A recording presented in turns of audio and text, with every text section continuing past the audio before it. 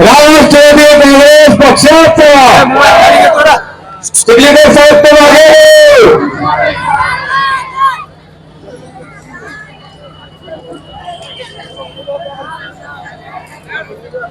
सर्व उमेदवाराला विनंती आहे की आपण पुढे यावं.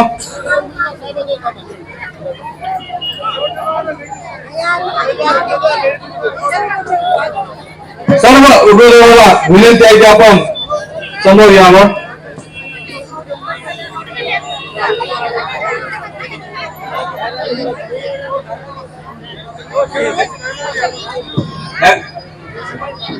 या ठिकाणी राष्ट्रवादी काँग्रेस पक्षाच्या वतीने या शहराचा सर्वांगीण विकास करण्यासाठी आगामी निवडणुकीमध्ये आम्हाला या ठिकाणी आम्ही जाहीरनामा आदरणीय लोकनेते प्रतापरावजी पटेल चिखलीकर यांच्या हस्ते या ठिकाणी जाहीरनाम्याचं प्रकाशित होत आहे. या ठिकाणी शहराचा सर्वांगीण विकास करण्यासाठी आदरणीय या महाराष्ट्राचे उपमुख्यमंत्री आदरणीय अजितदादा साहेब व या नांदेड जिल्ह्याचे लोकनेते आदरणीय प्रतापरावजी पाटील चिखलीकर यांच्या नेतृत्वामध्ये विकास करण्यासाठी या जाहीरनामा या ठिकाणी प्रकाशित होत आहे.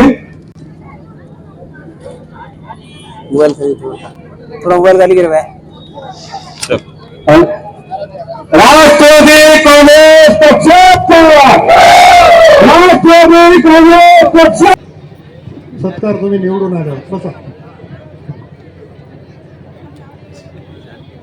राष्ट्रवादी काँग्रेस पार्टी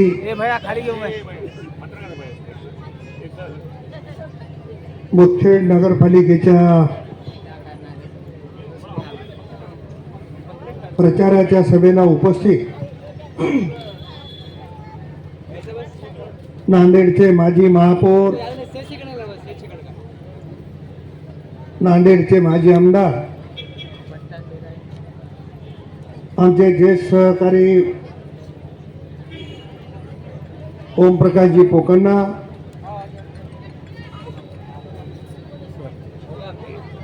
आत्ता ज्यांचं मार्गदर्शन या ठिकाणी झालं ते दलित चळवळीचे नेते माजी आमदार अविनाशरावजी घाटे, जिल्ह्याचे अध्यक्ष बाळासाहेब पाटील रावणगावकर,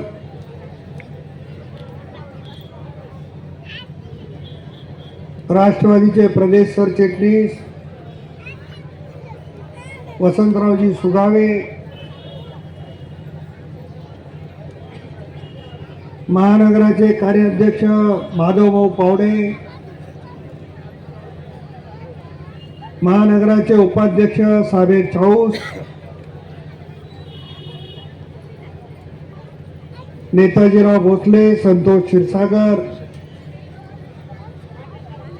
अभियंता सेलचे अध्यक्ष संतोष गाडे, मुदखेड तालुक्याचे अध्यक्ष हनुमंत नटुरे, शहर अध्यक्ष साजिद शेख,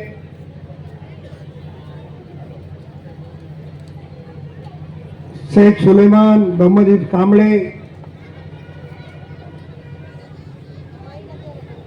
माझे सहकारी मित्र आणि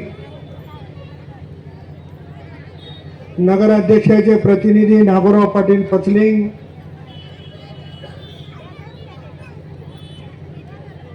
नगराध्यक्षपदाचे उमेदवार आमच्या आई समान असलेल्या गिरिजाबाई पचलिंग, नगरसेवक पदाचे उमेदवार चंद्रकांत येगुर्ले, प्रकाश चौदंते, फिरदोसबी शेख मंसूर, दीपक सरोदे, कुमारी आदिती चौदंते, सूरज कोदली, मोहम्मद अंसार, मोहम्मद इलियास, कैलास सुरणे, गंगाधर कुंचटवाड, आकाश चमकुरे, सौ नंदिनी बळे, संतोष दर्शनवाड, श्रीराम राठोड, शेख नगमा बेगम मोहम्मद साजिद, मंचावर उपस्थित राष्ट्रवादी काँग्रेसचे सर्व पदाधिकारी, मोठ्या संख्येने उपस्थित माझ्या लाडक्या बहिणी, उपस्थित सर्व ज्येष्ठ नागरिक, तरुण सहकारी,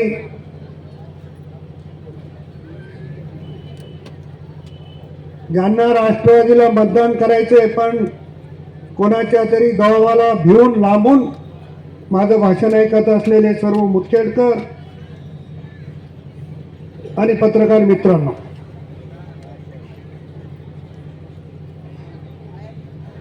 उद्याच्या 2 तारखेला मतदान आहे आणि मुदखेडकरांना बदल करायचा आहे आणि मुदखेडकर निश्चित बदल करतील याच्यामध्ये मला तीळ मात्र शंका नाहीये.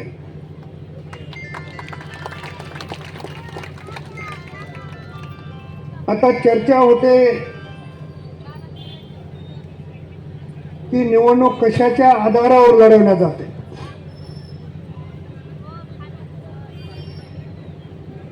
मी या ठिकाणी आमचे निरीक्षक पाठवले.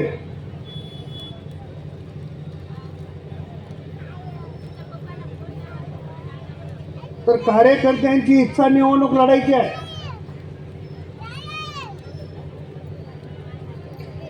या माजी आमदार आमचे सहकारी सुभाषरावजी सामने, पण कार्यकर्ते मुलाखत देताना सांगत होते की आमच्या समोरची मंडळी निवडणुकीत काय काय प्रताप करतात, काय काय खर्च करतात याची माहिती देतो. इथं बसलेल्या सगळ्यांना, लांबून ऐकत असलेल्या सगळ्यांना माझा एक प्रश्न आहे. आमची सभा संपल्याच्या नंतर तुम्ही तुमच्या छातीवर हात ठेवून इमानदारीने विचार करा, मुदखेड एवढं बकाल शहर नांदेड जिल्ह्यात दुसरं कुठलं आहे का? मुदखेड शहराची अवस्था अशी का झाली? तुम्ही स्वतःला राज्याचे नेते समजून घेता,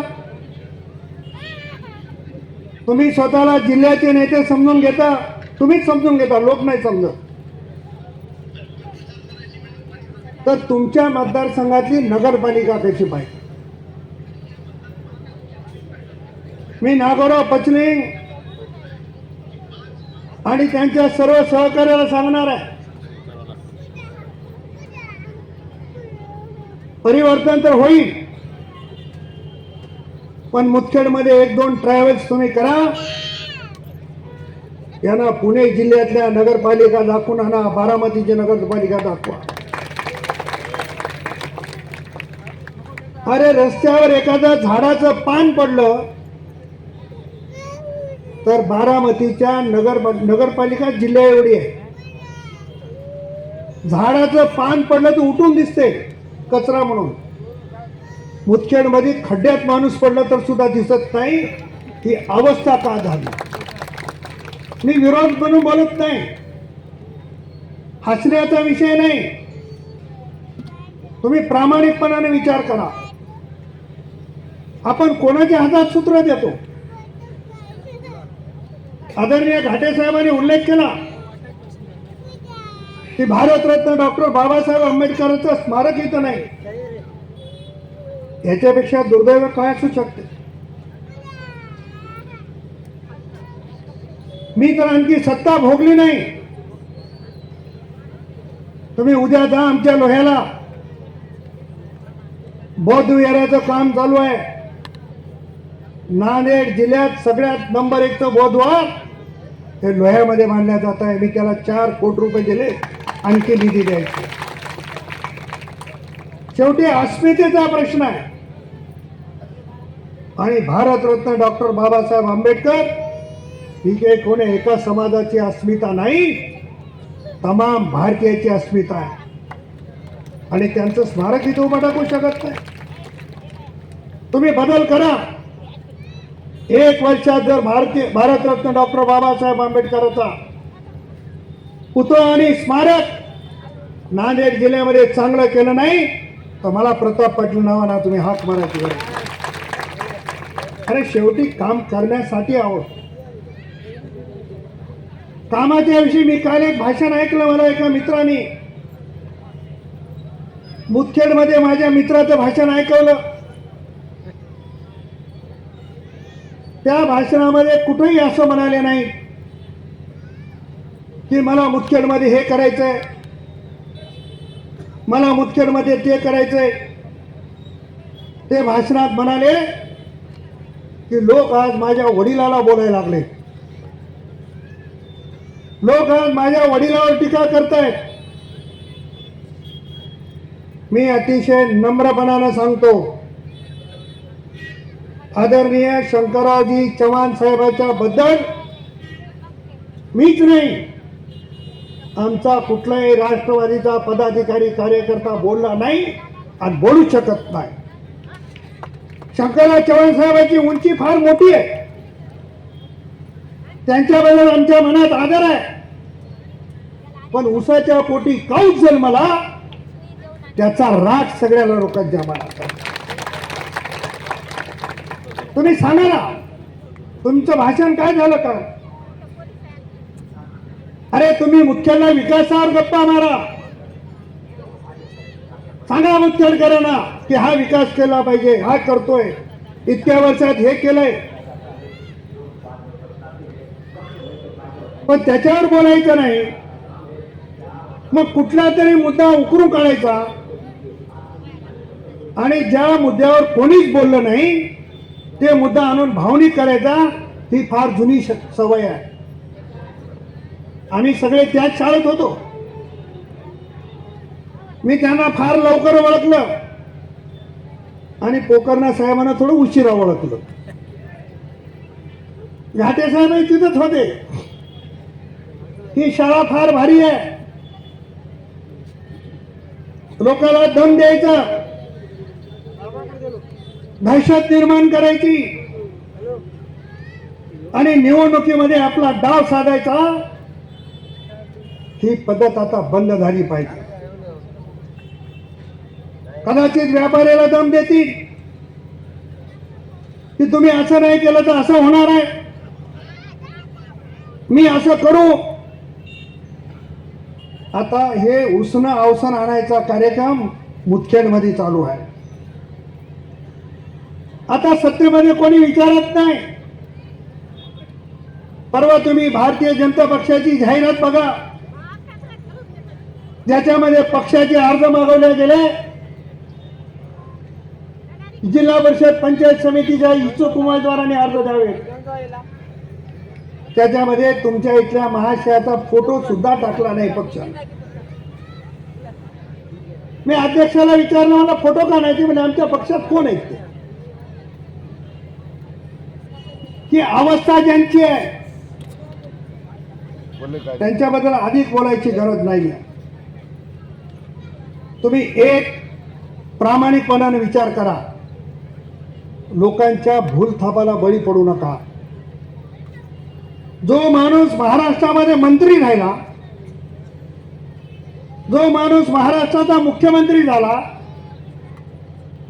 तो माणूस मुदखेडमध्ये काहीच करू शकला नाही आणि आता अडगळीत पडल्यावर म्हणते की मी हे करतो, ते खरं आहे का याचा आधी विचार करा. आज मी आमदार आहे, आमदार असताना जर मी काम करू शकलो नाही तर माझे आमदार झाल्यावर काम करू शकतो का? ते कोणाला न समजण्यासारखं भाषण. मग आता लोक विचारतील, तुम्ही एवढे वर्षापासून सत्तेत आहे, तुम्ही मुदखेडला काय केलं? शहरात प्रवेश केला तेव्हापासून शहराच्या बाहेर जाईपर्यंत नाकाला फडकं बांधून जावं लागतं. मग लोकांनी हे प्रश्न निर्माण करू नये म्हणून आदरणीय कैलासवासी शंकररावजी चव्हाण साहेबांवर यानं बोलला त्यानं बोलला, आपणही विश्वास ठेवला पाहिजे. शंकररावजी चव्हाण साहेबांवर कोणी बोललं नाही, बोलणार पण नाही. पण यांना त्याचं भांडवल करायचं आहे, यांना मुख्यत्वे विकास करायचा नाही. अशा प्रवृत्तीला आपल्याला दूर ठेवलं पाहिजे. व्यापाऱ्यांना हे असं केलं तर ती जमीन काढून घेऊ, ते जमीन घेतली ते हे करू, कितीतरी अशा गोष्टी खोटं बोलण्याचं काम इथं चालतंय, दम देण्याचं काम चालतंय. त्या ठिकाणी मुस्लिम समाज मोठ्या प्रमाणावर आहे, दलित समाज आहे, बहुजन समाज आहे. 50-60 वर्ष मुस्लिम समाजाने, दलित समाजाने, बहुजन समाजाने एकतर्फी त्यांच्या घराण्यावर प्रेम केलं. मुस्लिम समाजाच्या जिम्मेदार लोकांना माझी विनंती राहणार आहे, तुमचा वापर केला पण तुमच्या कुठल्याही धार्मिक स्थळाचा विकास त्यांनी केला नाही. प्रताप पाटलासारखा छोटा कार्यकर्ता, शिवसेनेच्या तिकिटावर मी आमदार झालो आणि हाजी सया दर्ग्याच्या विकासाला 5.5 कोटी देणारा त्या नांदेड जिल्ह्यातला पहिला आमदार. आम्ही जात बघितली नाही, आम्ही धर्म बघितला नाही. जो आमच्यासाठी काम करतो त्याच्यासाठी काम करणं हीच आमची जात आहे.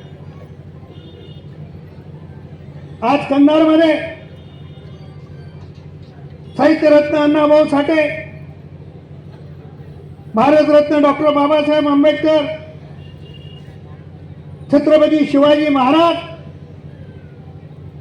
आणि वीर शिरोमणी महाराणा प्रताप यांच्या चौकाचं सुशोभीकरण करण्यासाठी 2 कोटी रुपयाचा निधी देणारा हा प्रताप पाटील चिखलीकर. नांदेड जिल्ह्यामध्ये सगळ्यात चांगले महापुरुषाचे स्मारक ते कंधारमध्ये असली पाहिजे, ही भूमिका आमची आहे. आम्ही विकास करतो, विकासाला प्राधान्य देणारे आम्ही कार्यकर्ते आहोत. माझी तुम्हाला एक विनंती आहे, तुम्ही बटन दाबताना कोणी बघत नाही आणि पैशाच्या जोरावर सगळ्याच निवडणुका होतात याच्यावर तुम्ही विश्वास ठेवू नका. पैशाच्या जोरावर जर विकास झाला, निवडणुका झाल्या असत्या तर तुमच्या इथल्या नेत्याला लोकसभेच्या निवडणुकीत प्रताप पाटलाला धूळ चालली नसती. तुमच्या आशीर्वादाने त्यांना मी धूळ चालू शकलो. आता संपत्ती जर बघली तर मी त्याच्या पासांगालाही नाही, पण तुम्ही मला आशीर्वाद दिले आणि देशाच्या सर्वोच्च सभागृहात पाठवलं, हे तुमचे उपकार आहेत. आजकाल जे पुढारी त्याला मेहरबानी ते म्हणतात, तुम्ही दिलं तर काय मेहरबानी केलं काय, आम्ही तुम्हाला निवडणुकीत हे दिलं, निवडणुकीत ते दिलं, आणि 5 वर्ष इथं हात वर करा बरं, इमानदारीने हात वर करा. मी बोललेलं खरं असेल तर 5 वर्षात तुमच्या सुखादुखामध्ये तुमच्या इथला नेता कोणाच्या घरी आला होता, इमानदारीने हात वर करा.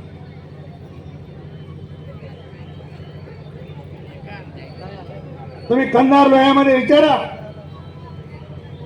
जात नाही पात नाही, कोणाच्या घरात सुखाचा प्रसंग असेल, कोणाच्या घरी दुःखाचा प्रसंग असेल, मी जातो, माझा मुलगा जाते, माझी मुलगी जाते, बायको जाते, सून जाते, आम्ही एक परिवार म्हणून सगळ्याकडे बघतो.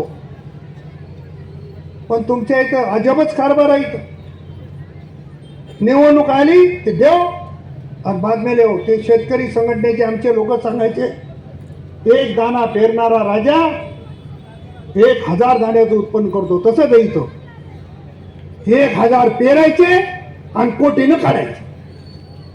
पुन्हा तुमचं 5 वर्षाला काहीच काम नाही. मेहरबानी करा, बदल करा. नागोराव पचलिंगने अतिशय मोठी हिंमत केली, हिमतीला दाद द्या. तुम्ही जर असं काही घडवलं नाही तर याच्या पुढे निवडणुकीलाही कोणी उभा टाकणार नाही.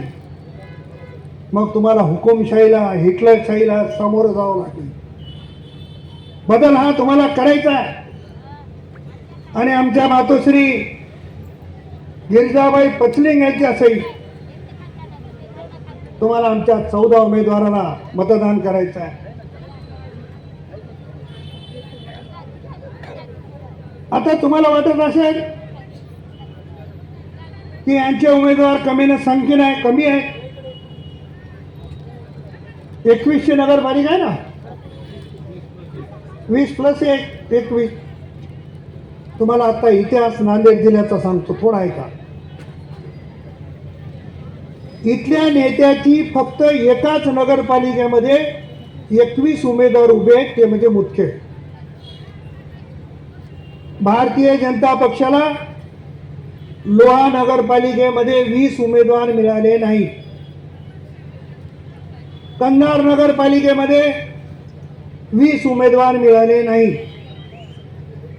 देगलूर नगरपालिकेमध्ये उमेदवार मिळाले नाही. बिलोलीमध्ये तर एकही उमेदवार मिळाला नाही. धर्माबादमध्ये भारतीय जनता पक्षाचे आमदार राजेश पवार, त्यांच्या विरोधात ज्यांनी पॅनल उभा केला. एवढंच नाही तर भोकर बाजूला आहे. भोकरची पण माहिती घ्या. भोकरला देखील 23 उमेदवार मिळाले नाही. आम्ही भोकरला 23 उमेदवार उभा केले. ही अवस्था का निर्माण झाली याचा विचार इथल्या नेत्यांनी केला पाहिजे. त्या तोऱ्यात राहून उपयोग नाही. आता तुमचं जहाज बुडायला लागलंय आणि बुडत्या जहाजात कोणी बसायला तयार नाही, याची जाणीव आपण सगळ्यांनी ठेवली पाहिजे. माझी माता भगिनीला आग्रहाची विनंती राहणार आहे की काही लोक लाडक्या बहिणीचे पैसे बंद होणार आहे, तुम्ही मतदान दिलं नाही तर असं करू, मतदान दिलं नाही तर तसं करू. लाडक्या बहिणीचे पैसे बंद करण्याचा ताकद कोणामध्ये नाही आणि कोणी बंद करू शकत नाही. अजितदादा पवार साहेबांनी काल सांगितलं, जोपर्यंत अजित पवार जिवंत आहे तोपर्यंत लाडक्या बहिणीच्या पैशाला मी धक्का लागू देणार नाही, ही भूमिका त्यांनी घेतली. म्हणून तुम्हाला कोणतरी असे लहान माणसं येतील, तुम्ही मतदान दिलं नाही तर मी साहेबाला सांगतो, साहेबाच्या काय बापाच्या घरचे पैसे नाही, प्रताप पाटलाच्या बापाच्या घरचे पैसे नाही. हे पैसे सरकार एक सन्मान म्हणून करते आहे. आणि तुम्हाला दिलेला सन्मान जर कोणी हिसकावण्याचं काम करत असेल तर ही सगळी टीम आमची तुमच्या पाठीमागं ताकदीने उभा राहणार आहे. ती निवडणूक नगरपालिकेची आहे. तुम्हाला काय पाहिजे? प्यायला शुद्ध पाणी,